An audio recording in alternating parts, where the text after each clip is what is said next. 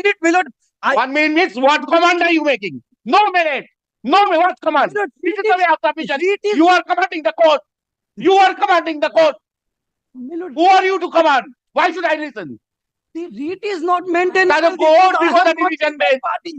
Go before the division bench. What Oh no, you are behaving like your clients. You are behaving like your clients. He said certain hooligans are threatening him.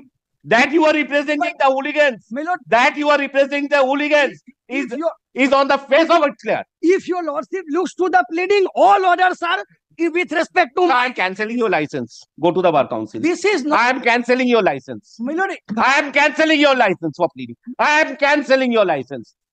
I am cancelling. my lord, what? Where is your power of? Where is your wakalatnama? Where is your wakalatnama? In what capacity you are appearing? In what banging the table before the court? Where is your wakalatnama? Where is your wakalatnama? Where is? Show me. 1 minute. Show me your power first. Kindly allow- Show me your power first. Show me your power first. Show me your power first. Anybody? Show me your power. Show me your power. দর্শক, এই মুহূর্তের সবচেয়ে বড় খবর, মমতাকে বাঁচাতে গিয়েই গেঁড়াকলে police, কড়া নির্দেশ।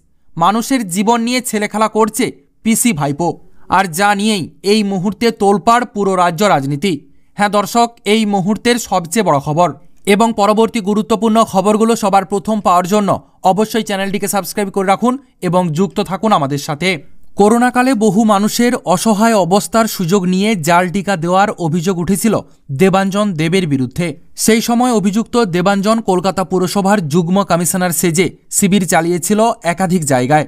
2020 সালে ওই ঘটনায় অভিযুক্ত দেবাঞ্জনকে গ্রেপ্তার করেছিল কসবা থানার পুলিশ। সে সময় কলকাতা পুলিশের গোয়েন্দা বিভাগ ওই ঘটনার তদন্তে নেমেছিল। কলকাতার বিভিন্ন থানায় দেবাঞ্জনের বিরুদ্ধে 10টিরও বেশি এফআইআর দায়ের করা হয়েছিল।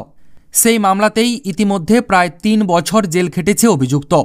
জামিনে মুক্তি পাওয়ার পর ওই অভিযুক্ত নিজেই এবার কলকাতা হাইকোর্টের দ্বারস্থ হয়েছেন। পাল্টা কলকাতা পুলিশের বিরুদ্ধেই অভিযোগ এনে কলকাতা হাইকোর্টের দ্বারস্থ হয়েছেন তিনি। এমনকি ইতিমধ্যেই এই ব্যাপারে সিবিআই তদন্তের দাবিও জানিয়েছেন তিনি। সূত্রের খবর, আদালতে দায়ের করা অভিযোগপত্রে তিনি কলকাতা পুলিশের বিরুদ্ধে বিস্ফোরক অভিযোগ তুলে দাবি করেছেন কলকাতা পুলিশ নাকি তদন্তের নামে যাবতীয় তথ্য প্রমাণ নষ্ট করেছে। সেই সাথে দেবাঞ্জনের আরও দাবি, সঠিক পদ্ধতিতে তদন্ত হলে নাকি এই মামলায় আরও অনেক প্রভাবশালীদের নাম বেরিয়ে আসত।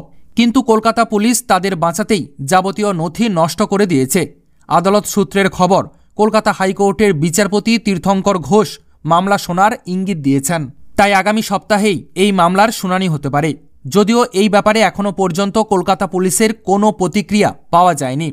গত বছরেই কলকাতা হাইকোর্টে সিবিআই তদন্তের দাবি জানিয়েছিল দেবাঞ্জন।